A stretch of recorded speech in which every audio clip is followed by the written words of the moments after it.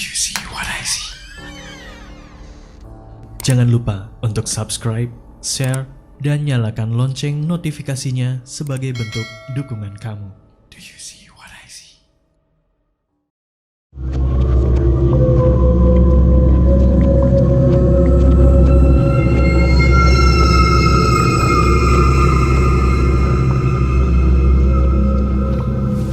Oke, halo.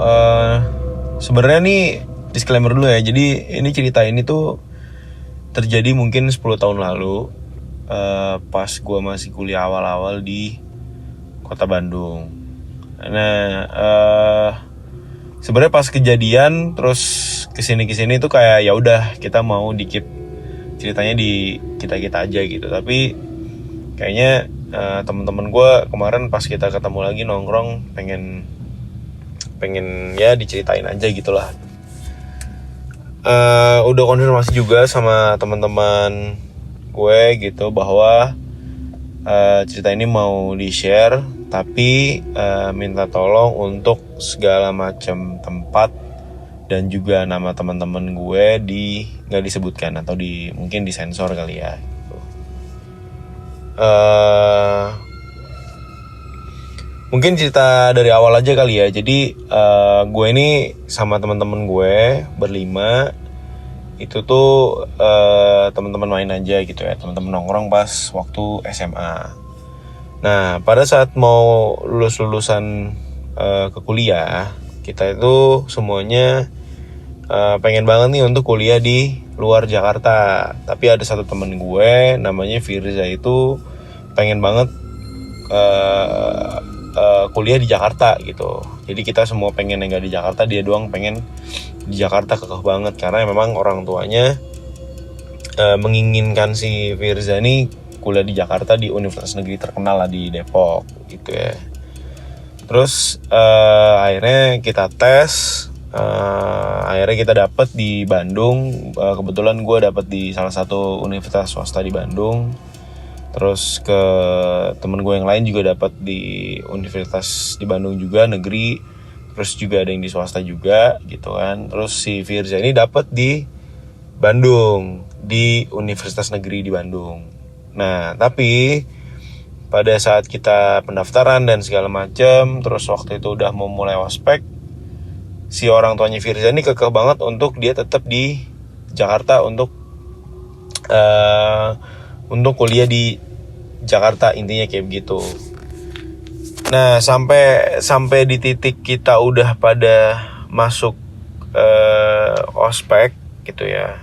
Dia tetap pengen ngulang kuliahnya untuk tetap coba tes di kuliah di Jakarta, karena waktu itu dia nggak dapat sama sekali kuliah di Jakarta dan mamanya nggak mau banget dia kuliah di swasta gitu intinya. Akhirnya kita udah ospek, dia ngulang lah, intinya ngulang dia les dan segala macem. Akhirnya dia ngulang, akhirnya tetap nggak dapet juga nih dia di di universitas tersebut, dia tetap nggak dapet. Nah dia akhirnya tes lagi untuk kuliah di Universitas Negeri di Bandung. Yang terakhir dia tes, dapat lagi ternyata di Bandung. Dan memang mungkin kalau udah rezekinya di Bandung aja gitu ya. Akhirnya dapat lah di Bandung. Nah kebetulan dia di Universitas Negeri di Bandung itu kebetulan bareng sama teman gue tapi beda jurusan. Jadi teman gue kuliahnya di Jatinangor, terus si Firza ini kuliahnya di di tengah kota Bandung lah, di bagian tengah kota Bandungnya gitu. Nah anehnya nih si temen gue ini orangnya emang agak-agak bandel lah, maksudnya agak-agak cuek. Dia nggak nyari kosan nih ibaratnya gitu. Terus akhirnya last minute baru ribut nih di grup. Nih gue gimana nih, kosan gue di mana ya? Gue bareng lo dong. Jadi dia pengen banget bareng sama kita. Tapi karena dia udah nyari kosannya last minute ya udah telat gitu. Jadi di tempat gue juga udah waiting list, di tempat teman-teman gue yang lain juga udah full. Ya mau nggak mau dia harus nyari sendiri gitu kan. Nah akhirnya waktu itu kita bantu-bantuin nyari, tapi ternyata memang udah full. Terus dia akhirnya kita bilang, udah lo tanya rekomendasi sama teman lo aja gitu, bisanya di mana gitu kan. Maksudnya ada nggak rekomendasi dari teman-teman kampus lo, teman-teman baru lo deket-deket situ gitu kan. Karena kalau kita nyari udah nggak mungkin banget nih, udah fail gitu kan, udah penuh gitu di mana-mana. Akhirnya dia bilang gue dapet di salah satu kos-kosan di seberang kampusnya dia itu ada kayak taman gitu, terus di belakangnya itu ada perumahan gitu kan, dan aksesnya cukup susah gitu. Tapi ya udah kita bantuin. Bangunannya kayak rumah biasa. Di belakang bangunannya itu kayak ada kamar di bawah 3, di atas 3. Kamar mandinya di luar semua. Terus nggak ada kamar mandi dalam. Itu per bulannya kalau nggak salah waktu itu murah sih, masih 850.000 satu bulan. Dan minimal harus bayar 3 bulan. Jadi temen gue langsung bayar 3 bulan di situ. Dan gue lihat kamar sih ya kamar biasa aja, buka pintu langsung kelihatan jendela, di bawah jendela tuh kasur, terus begitu kita buka pintu di sebelah kanan kita tuh TV sama ada rak TV gitu di bawah kayu, sama ada lemari kecil gitu. Terus ya nggak ada yang aneh sih, memang gue waktu itu kayak ya udah gitu kan, sambil bantuin, oh ya udah gitu, emang kosannya di sini gitu. Nah temen gue ini si Firza ini nggak pernah nempatin kos-kosannya, jadi dia selalu kayak pindah di kosan gue nginep, di kosan temen gue nginep, di kosan temen gue lagi sana nginep terus kayak pokoknya nginep terus lah gitu kan. Dan kebetulan kan memang kegiatan kampus gue sama teman-teman gue sama si Firza ini udah beda gitu, sedangkan dia masih baru ospek, gue udah yang udah belajar lah gitu kan, udah belajar gitu. Nah terus ada satu momen dimana ceritanya dia pertama kali digangguin adalah waktu itu kita itu semua mau balik ke Jakarta. Dia nggak bisa balik ke Jakarta karena dia ada acara ospek di kampusnya dia gitu. Akhirnya kita balik hari Jumat waktu itu ke Jakarta. Tiba-tiba hari Sabtu malam, kalau nggak salah ya, Sabtu malam jam 1 jam 2 pagi gitu. Gue lupa antara jam 1 atau jam 12 malam lah. Pokoknya itu malam-malam banget, gue inget hari Sabtu malam Minggu. Dia itu ngechat di grup. Dia bilang wah gak jelas gue digangguin nih, gimana nih gitu kan. Terus kayak cabut gak ya gitu kan. Wah aneh banget bla bla bla segala macem gitu. Terus gue bilang kenapa, gue bilang gitu kan. Jadi anaknya ini bandel, begajulan, tapi tetap taat dengan agama gitu. Jadi dia masih sholat, masih segala macamnya gitu lah, masih taat syariat agama lah ibaratnya kayak gitu. Nah ceritanya anak ini itu lagi di kos-kosannya dia, baru pulang, ada tugas ospek, pulang jam 7 malam ke kosannya. Terus dia ke kosannya, dia balik ke kosannya, dia ganti baju dan segala macem. Dia ketiduran di kosannya. Terus begitu dia ketiduran, dia kebangun jam 10 atau setengah 11 malam lah. Dia kebangun karena dia ingat, wah gue belum mandi, belum beres-beres gitu kan. Akhirnya dia ke kamar mandi di luar, dia wudhu, dia cuci muka dan segala macem, wudhu, dia balik, dia sholat isya. Begitu dia sholat isya, ngadep sholat isya itu ngadep ke TV-nya dia. Jadi dia membelakangi jendela sama kasur. Dia ngadep sholat isya. Pas tahiyat akhir, di saat-saat akhir sholat, pas salam, assalamualaikum nengok ke kanan, assalamualaikum nengok ke kiri, dar gitu. Itu kalau temen-temen tahu kantong koronernya kepolisian tuh yang warna kuning atau oranye itu ya, pokoknya kantong koroner jenazah itu jatuh dari atas langit kosannya dia, nabrak TV, nabrak rak kayu, terus ke sajadah gitu. Jadi kayak itu semua berantakan. Terus temen gue cuma bisa nge-freeze, si Firza cuma bisa diem doang, nggak bisa ngapa-ngapain. Terus dia kayak wah apaan nih gitu kan, tapi dia nggak bisa ngapa-ngapain, dia ngambil handphone juga nggak bisa, bener-bener nge-freeze, takut. Terus dia diem doang, terus dia merem, dia berharap begitu dia melek itu hilang gitu. Dia merem, dia baca mungkin yang muslim ya, dia baca surat Al-Fatihah gitu ya. Begitu dia selesai baca surat, begitu dia melek, bukannya hilang tapi ternyata itu keluar kayak cewek,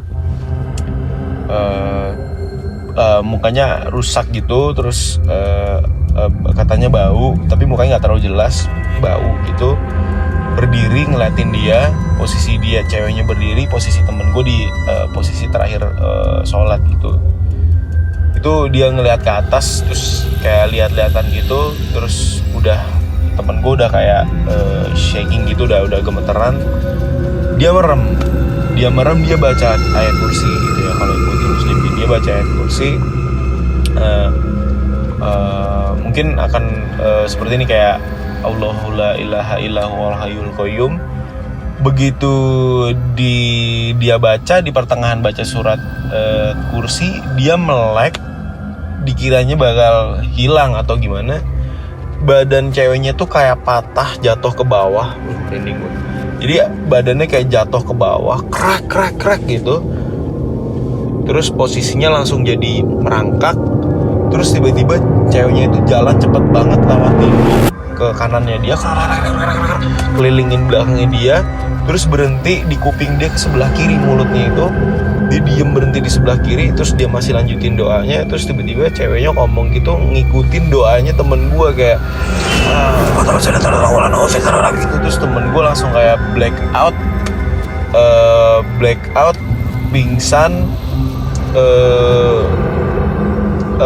Posisi dia terakhir katanya tiduran di sajadah. Dia bangun langsung ngechat kita gitu kayak anjir gue digangguin nih bangsat, gini gue kayak harus pindah nih gini gitu. Dan kita sebenarnya karena orangnya begajulan, kita nggak begitu percaya gitu ya, maksudnya nggak yang kayak masa sih gitu kan. Ada temen gue juga kayak udah kenalan aja gitu kan, bahwa lu kan jomblo gitu ya. Mungkin kita menyikapinya juga nggak yang begitu banget gitu, karena kita tahu nih anak nih agak banyol juga gitu. Terus tapi tetap dia kekeh bilang kayak gue mau pindah kosan, tolong cariin gue kosan yang lain. Mungkin kita mikir ini karena cuman alasannya doang aja nih mau pindah ke kos-kosan gitu kan. Nah tapi ternyata gangguan-gangguan itu masih berlanjut, tapi mungkin minor ya. Kayak misalnya dia cerita kalau dia mau mandi gitu, ternyata udah ada bunyi keran yang di kamar mandinya gitu. Terus dia pernah juga ini kejadian sama teman gue, salah satu dari teman gue di grup ini. Jadi lagi main ke kosannya Firza berdua, jam 3:30 sore, lagi gitar-gitaran, nyanyi tiba-tiba gue kalau nggak salah tuh lagi nyanyi, gue lupa ya lagu apa, tapi ternyata begitu ada phrase yang dimana dia kayak gitu, terus ada yang ngikutin kayak gitu, terus langsung kayak wah anjir apaan tuh gitu kan. Cuman waktu itu nggak terlalu yang gimana banget. Akhirnya pintunya, terus katanya waktu salah satu dari temen gue juga ada yang nginep di situ, pintunya diketok lah gitu kan, ada yang diketok, dibuka nggak ada orang gitu, tapi itu masih minor. Nah terakhir gangguan yang paling maksimal yang membuat temen gue akhirnya memutuskan untuk pindah, dan kita juga kayak ya udah lu pindah aja, itu adalah waktu itu posisinya, cerita dari sisi gue, posisinya gue lagi di kosan, lagi tidur. Terus gue jam 2 pagi itu tiba-tiba kamar gue digedor-gedor, bener-bener kenceng banget, kayak duar gitu kan, bukain, dia ngomong kayak gitu. Pas gue buka, ternyata si Firza ini mukanya pucet, keringetan, pakai boxer, pakai sendal jepit, boxer, cuman bawa handphone sama dompet, gemeteran. Terus yang bener-bener dia cuman ngomong kayak gue mau tidur, sumpah gue mau tidur, dia cuman gitu doang. Terus gue tanya lo kenapa gitu kan, gue mau tidur. Dia nggak bisa ngomongin yang lain, cuman gue mau tidur. Akhirnya ya udah lo masuk deh gitu. Gue suruh masuk dia ke dalam, dia duduk di kasur gue. Gue bilang lo cerita kenapa sih digangguin lagi, gue bilang gitu kan. Terus dia bilang kayak enggak, gue mau tidur gitu. Dia bilang ya udah lo tidur lah.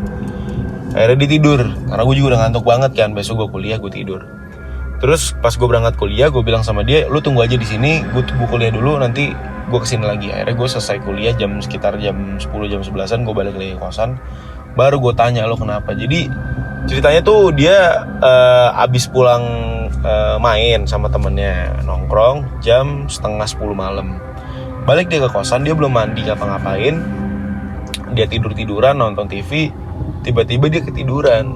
Nah, jam 11:30 malam dia kebangun lah dia 11:30 malam gara-gara ada bunyi kayak teman kosannya tuh cewek ngobrol gitulah di sebelah kanannya, sisi kanan kamarnya dia. Kebetulan kamar dia tuh paling ujung sebelah kiri, di samping banget sama kamar mandi gitu. Terus dia kayak, aduh berisik banget nih orang gitu kan, cewek gitu lagi ngobrol.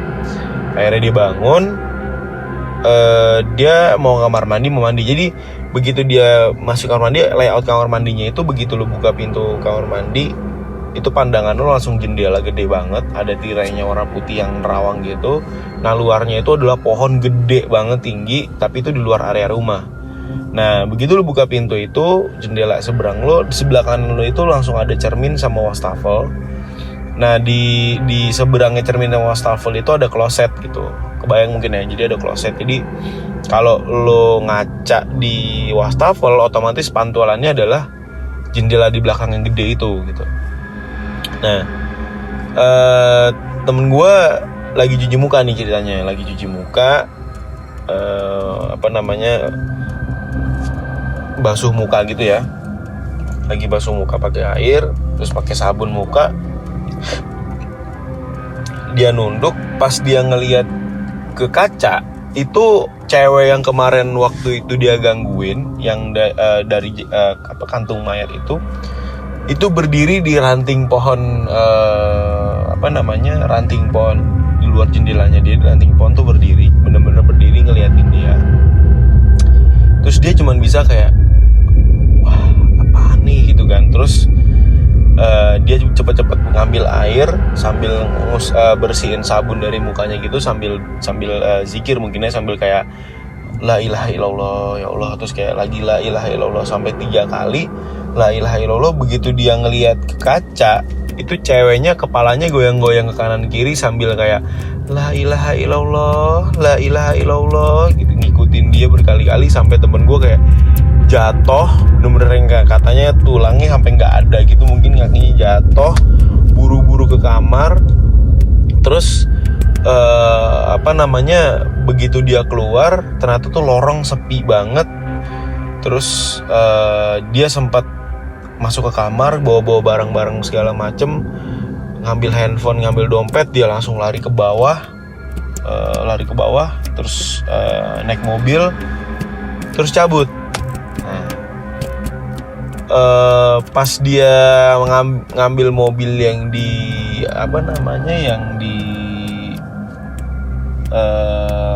bawah kosannya itu, dia lagi masuk ke dalam mobil, begitu tutup starter mobil mau jalan,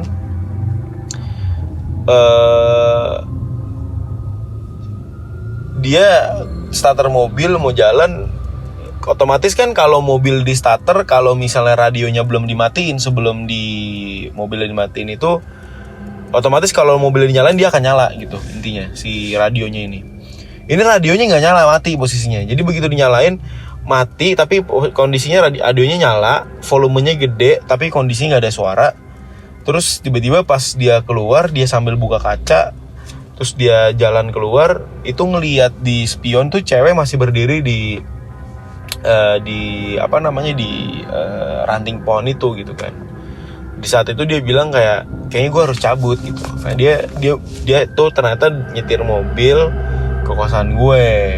Nah dia kenapa bisa jam 2 pagi, dia di depan kosan gue dulu, diem dulu lama katanya di depan kosan gue, nungguin buat dia memutuskan untuk balik ke kosan dia lagi atau dia mau masuk ke kosan gue gitu kan. Udah nih akhirnya kosan gue. Nah akhirnya kita bantu untuk dia pindahan, sekaligus kita pengen nanya nih, maksudnya ada apa sih gitu ya gitu. Jadi temen gue, ada salah satu temen gue nanya gitu, Bu kenapa sih memang ini digangguin ya. Sebenarnya kata ibunya sih memang udah biasa gitu, tapi sebenarnya ibunya sendiri pun juga nggak tahu kalau misalnya memang gangguan itu selalu ada, karena memang gangguan itu nggak pernah dirasain sama ibu sama bapak kosannya dia gitu kan. Tapi ada satu penghuni kosannya di situ juga, cowok dan itu udah kerja dan dia udah ngekos di situ sekitar 6 bulan. Waktu itu ditanya sama teman gue, "Mas, kok betah sih gue digangguin sama ini gitu." Ternyata Masnya juga cerita gitu. Saya juga pernah waktu itu katanya jadi lagi di kamar, tiba-tiba diketok, ada yang ngetok ngomong cewek gitu kayak bilang "Assalamualaikum" gitu. Terus dijawab sama Masnya gitu kan, "Waalaikumsalam" gitu kan. "Siapa?" Dia nggak ngomong, jadi nggak dibukain. Diketok lagi, tok tok tok, "Assalamualaikum" gitu kan. Terus dia bilang "Siapa?" gitu kan. Terus diam lagi nih. Nah, Masnya berdiri dibuka pintu sama dia, jegrek, nggak ada orang. Tiba-tiba, aduh merinding gue. Tiba-tiba itu ada suara cewek bener-bener di kupingnya dia teriak gede. Jadi suara cewek jadi suara cowok gitu di kupingnya dia, katanya teriak kenceng banget kayak "Assalamualaikum" gitu. Gue pas denger sama temen gue kayak harus cabut sih, nggak jangan di sini deh lo gitu. Ya mungkin sampai saat ya akhirnya temen gue pindah kosan dari situ. Tapi sampai sekarang pun kita juga sama-sama nggak mau nyari tahu kenapa kosannya bisa begitu. Tapi kalau dari penjelasannya si salah satu penghuni, dia bilang kayak memang dia pernah nanya ke ibunya gitu ya, dan ibunya cerita bahwa memang di sini dulu sebelum ibunya yang tinggal tuh ada yang tinggal. Terus katanya dulu ini tuh gudang, bukan kos-kosan, gudang satu lantai. Dulu tuh bekas kontrakan juga. Jadi rumah ini tuh dulunya kayak nyatu gitu. Jadi ada rumah bagian belakang tuh gudang,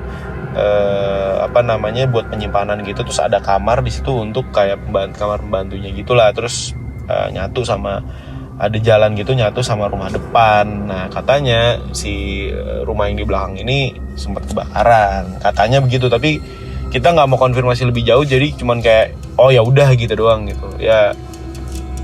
Mungkin ada cerita lain lagi nanti, tapi mungkin ini dulu yang gue share. Thank you.